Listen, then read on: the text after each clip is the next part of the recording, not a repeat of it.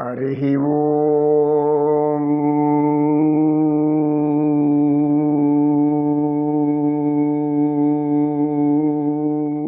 అక్కడ ఒక వ్యక్తి వచ్చాడు.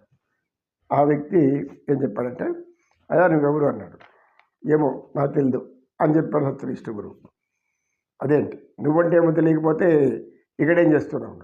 నేనేం చేస్తున్నాను, ఎవరో అడుగుతారు, ఇది చెప్తున్నాను.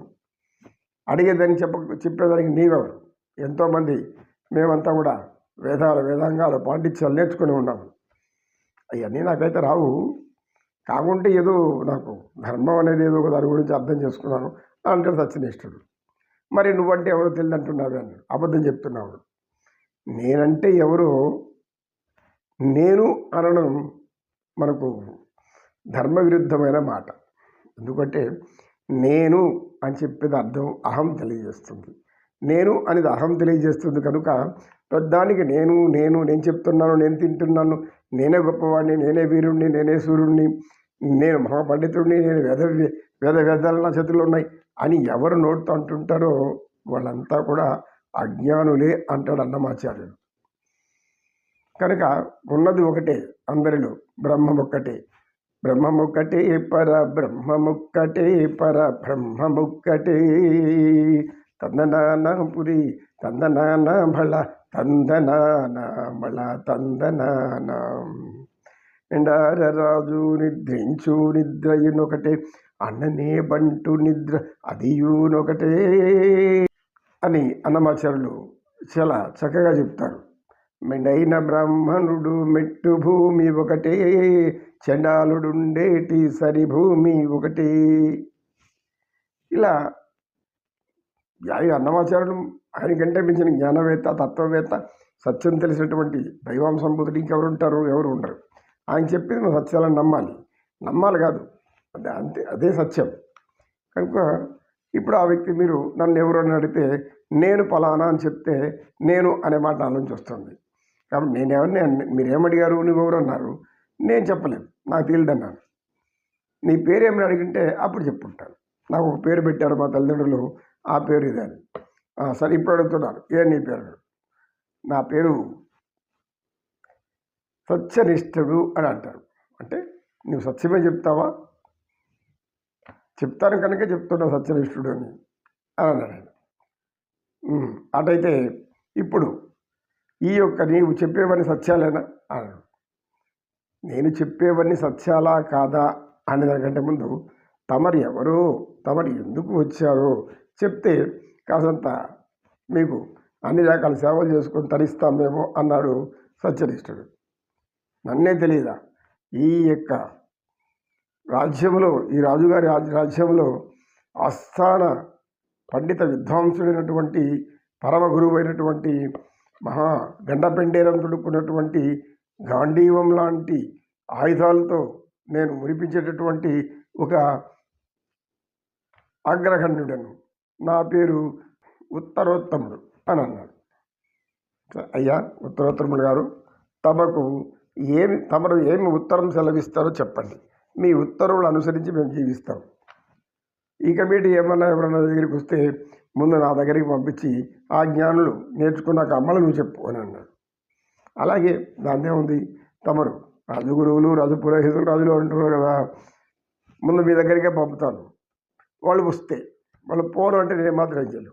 బలవంతంగా నేను ఎవరిని కూడా పోవని తొయ్యను. అదే పలానా గురువు ఉన్నాడు, పలానా పండితుడు, అడవి నేర్చుకోండి అంటాను. వాళ్ళు వచ్చారంటే మీరు చెప్పండి, నాదేం అభ్యంతరం లేదే. నేను ఏం చెప్తున్నానా, ఏం చేస్తున్నాను నేను అనటం లేదు. ఏదో 4 ముక్కలు గురువు దగ్గర నేర్చుకున్నాను, ఆ 4 ముక్కలు చెప్తున్నాను అన్నాడు సత్యనిష్ఠుడు. అప్పుడు అక్కడ శిష్యులందరూ కూడా ఒకసారి చూస్తూ ఉన్నారు. ఉచితాసనం ఒకటేసి కూర్చోండి పండితోత్తమ అని అన్నాడు. పండిత ఉత్తమ అంటే మీ పండితులు ఉంటారు, వాళ్ళలో కంటే ఉత్తముడు, పండితోత్తముడు అని. అప్పుడు అక్కడ ఉన్నటువంటి వినయశీలుడు, పండితోత్తములు గారు మీరు ఆసీనుడు కంటూ అని అన్నాడు. నువ్వు చక్కగా మాట్లాడుతున్నావే, నీ గురువు సరిగ్గా మాట్లాడలేదు. అయ్యా మా గురువు ఆయన ఎప్పుడు ఏదో ధ్యానంలో ఉంటారు, ఏదో చేస్తుంటారు, మీకు ఏం కావాలో చెప్పండి అన్నారు. ఏమి లేదు, రాజుగారు మీ గురువుని తీసుకురమ్మన్నారు అన్నాడు. అది మీరు నేరుగానే గురువుకు చెప్పొచ్చు కదా అంటే, మా మహారాజు చెప్పమన్నారు, నేను చెప్పిన దానికి మీ గురువు సక్రంగా చెప్పడం లేదు, మీరెవరు అంటే నేను ఎవరు నాకు తెలియదు అంటున్నాడు అని. అంతే కదండి, మనిషి తను ఎవరు అన్నప్పుడు ఇక్కడ ఈ జన్మ తీసుకున్నాక తల్లిదండ్రులు ఒక పేరు పెడతారు, అప్పుడు ఆ పేరుతో చెప్పుకోవచ్చు. కానీ మీరు వచ్చి నువ్వు ఎవరు అంటే ఆయన ఏం చెప్పుకుంటాడు, ఈ శరీరానికి సంబంధించిన పంచభూతాల పేరు చెప్పాలా, ఈ శరీరంలో ఉన్న సూక్ష్మ శరీరం వచ్చినటువంటి పూర్వజన సంస్కారాల గురించి చెప్పాలా, లేదు ఇందులో ఉన్నటువంటి చైతన్య శక్తి అనేటువంటి పరమాత్మ స్వరూపం అని చెప్పాలా, ఆయన యొక్క పరమాత్మ యొక్క అందులో ఉన్నది కనుక తాను ఒక దైవాత్ముడు అని చెప్పాలా, సత్యనిష్ఠుడు అని ఒక పేరు చెప్పాడు, అది చాలు కదా అని అన్నాడు. అప్పుడు ఆయనకి కాస్త జ్ఞానోదయం ఎందుకైంది, ఓహో దేహము దేహి వేరుగా చూస్తున్నటువంటి ఈ గురువు అతను కొద్దిగా జ్ఞానం ఉన్నవాడే అని కొంచెం దిగాడు.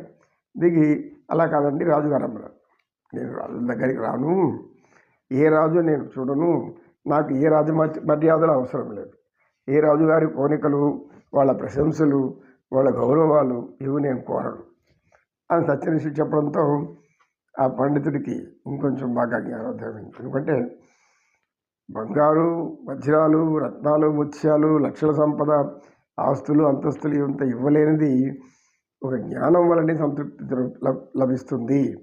సంతృప్తి కావాల్సింది మన జీవితానికి మొదట, అదే పరమానందం. సంతృప్తి ఎప్పుడైతే మనం చెందుతుందో మన లోపల ఉన్నటువంటి పరమాత్మ అది ఆనందం అని మనం చెప్పుకుంటున్న యోగశాస్త్రం అనుసరించి పతంజలి మహర్షి గారు చెప్పినటువంటి అని శిష్యుడు చెప్పగానే ఆ పండితుడు తను వచ్చిన పల్లకిలో నుంచి, అయ్యా సత్యనిష్ఠులు గురుగారు ఏమనుకోకండి, మీ గురించి ఎవరెవరు ఏదో అన్నారు తెలియకుండా వచ్చేసాను కనుక అయ్యో మీరు పెద్దవారండి అలా అర్థం కానండి, నేను గర్వంగా ఏం చెప్పుకోలేదు, కాకుంటే అనేక మందిలో నేను అనేది ఉంటుంది, నేను అనే అహం పోతే కానీ మనిషి నువ్వు అని తెలియదు. భగవంతుడు అంటే నువ్వు మీరే అని తెలియాలంటే ఏం చేయాలి, అందుకే వేమన పద్యం చెప్తాడు, తన్ను తా చూసిన మనిషి నిన్ను మరచు, నిన్ను చూసిన మనిషి తన్ను తా మరచు, రాయిని మాత్రం కంటే దేవుడు కనరాడు. దేవుడే కంటే ఆ విగ్రహంలో భగవంతుడిని చూడొచ్చు. ఎందుకు, శరీరాభిమానం వెళ్ళిపోతుంది.